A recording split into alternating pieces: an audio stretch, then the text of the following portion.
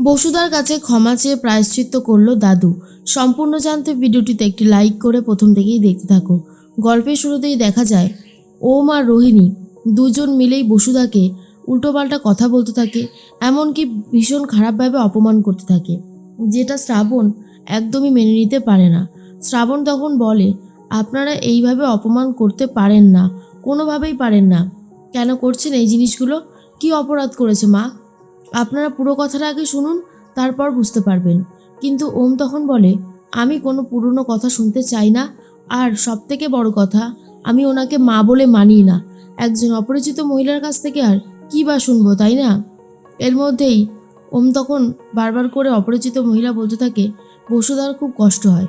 বসুদা তখন বলে, শ্রাবণ, এই বাড়িতে আমার আর থাকা হবে না, আমি এখান থেকে চলে যাচ্ছি।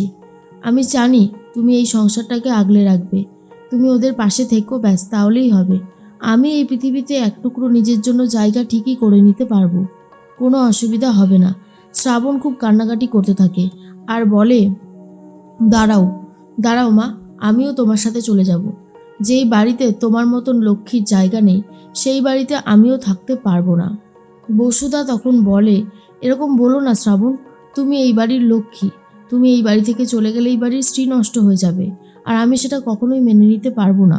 মনে হবে আমি আবার সব কিছু শেষ করে দিলাম। তুমি কোথাও যাবে না, তুমি এই বাড়িতেই থাকবে, আর তোমার সাথে আমার তো দেখা সাক্ষাৎ হবেই। কিন্তু শ্রাবণ তখন বলে, আমি একজন মৃত্যু পথযাত্রীকে কথা দিয়েছিলাম যে আমি আপনাকে এই বাড়িতে এনে রাখবো, আপনার ছেলে মেয়ের সাথে আপনার সম্পর্কটা আবারও ভালো হয়ে যাবে। আমি যদি সেই কথা রাখতে নাই পারি, তাহলে আমি এই বাড়িতে থেকে আর কী বা করবো?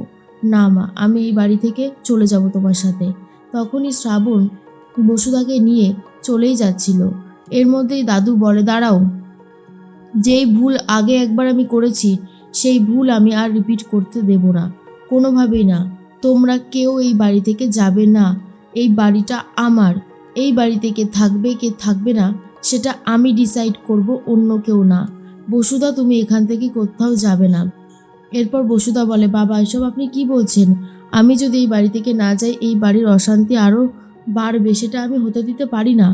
দাদু তখন বলে, কোনো অশান্তি বাড়বে না।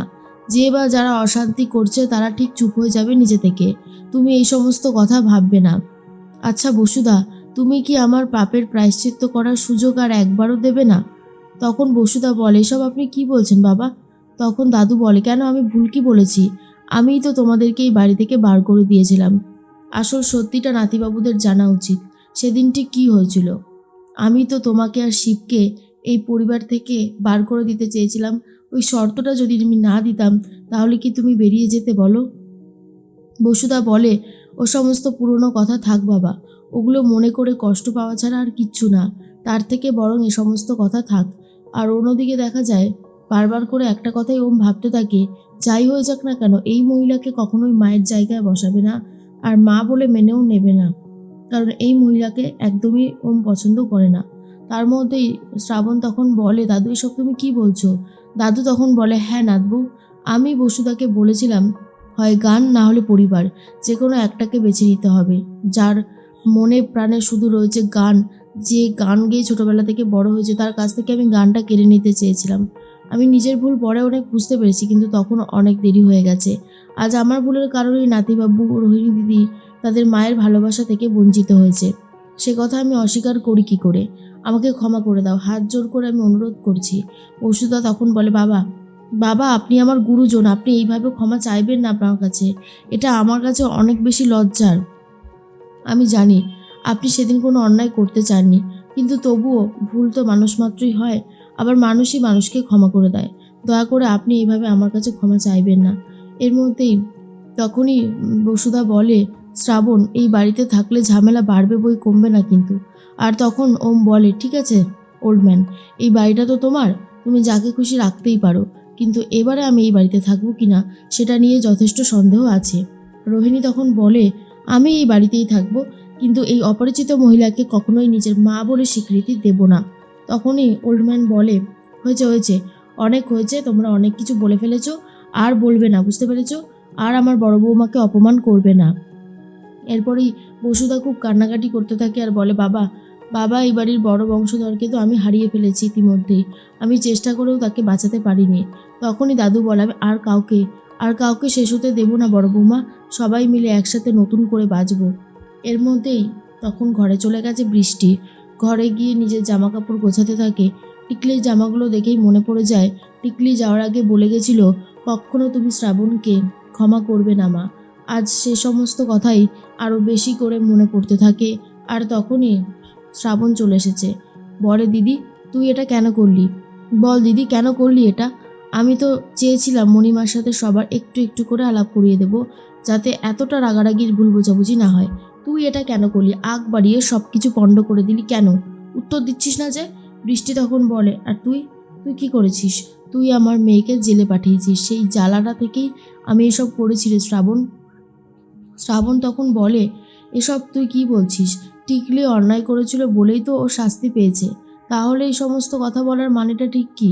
বৃষ্টি তখন বলে, আমি তো বলতে পারবো না। আমি যখন তোকে হাত জোর করে অনুরোধ করেছিলাম যে টিকলিকে জেলে দিস না, আমি এখান থেকে দূরে চলে যাব, তখন তো আমার কথা শুনিসনি আর পাত্তাও দিসনি।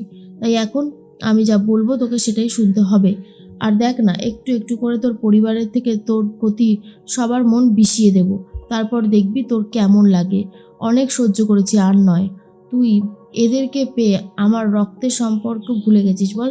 যে তোর আর আমার একটা রক্তের সম্পর্ক আছে। তোর দিদির মেয়েরা তোর কাছে তোর মেয়ের মতন, সব ভুলে গেছিস। আজকে তুই যেরকমভাবে আমাদের ক্ষতি করার চেষ্টা করেছিস, আমিও তোকে ছাড়বো না। আমিও তোকে প্রত্যেকটা পদে পদে এমন কষ্ট দেব যে তুই ভাববি তোর দিদি কতটা বদলে গেছে। শ্রাবণ তখন বলে, সত্যি দিদি, তুই যে এরকম করবি সেটা ভাবতেও পারিনি। তোদের জন্য কি না করেছি। তোকে আর টিকলিকে ছাড়ানোর জন্য কত কিছু কষ্ট করেছি। এমনকি রিসেন্টলি আমি গানটাও গেয়ে আসলাম শুধুমাত্র তোদের জন্য। নিজের কথা থোড়ি না ভেবেছি। তারপরেও তুই এই এতগুলো কথা আমাকে বললি, তো কাজটা তুই ঠিক করলি না দিদি। এর পরবর্তী স্টেপের জন্য রেডি থাকিস। বৃষ্টি বলে, কি করবি আর? কি করবি তুই? বড়জোর এই বাড়ি থেকে বার করে দিবি, তাই তো? ঠিক আছে, তোর যখন মনে হবে তুই অবশ্যই বলবি, আমরা এই বাড়ি থেকে বেরিয়ে যাব। অন্যদিকে ওমের তো প্রচণ্ড রাগ হয়। ওম ভাবে, এই মহিলা এই বাড়িতে থাকবে না এই বাড়িতে। এই মহিলার জন্য আমি আমার শৈশবটা হারিয়ে ফেলেছি। সবাই যখন মায়ের ভালোবাসা পায়, আমি তখন পেয়েছি মায়ের জন্য কষ্ট। তারপরেও এই মহিলাকে আমি কি করে মেনে নেব? না, সেটা সম্ভব না, আমি সেটা করতে পারবো না। এরপর রোহিণীও খুব কান্নাকাটি করতে থাকে। সানায়া তখন বলে, দি ভাই তুই এরকম কান্নাকাটি করিস না। এরপর তো তোর শরীর অসুস্থ হয়ে যাবে। দেখ, যা হবার হয়ে গেছে। আমার মনে হয় ঝামেলা আর বাড়িয়ে কোনো লাভ নেই। তার থেকে বরং তোরা সবাই মিলে একসাথে থাক, ভালো হবে। কিন্তু রোহিণী আর ওম কি শেষ পর্যন্ত তাদের মাকে মেনে নেবে?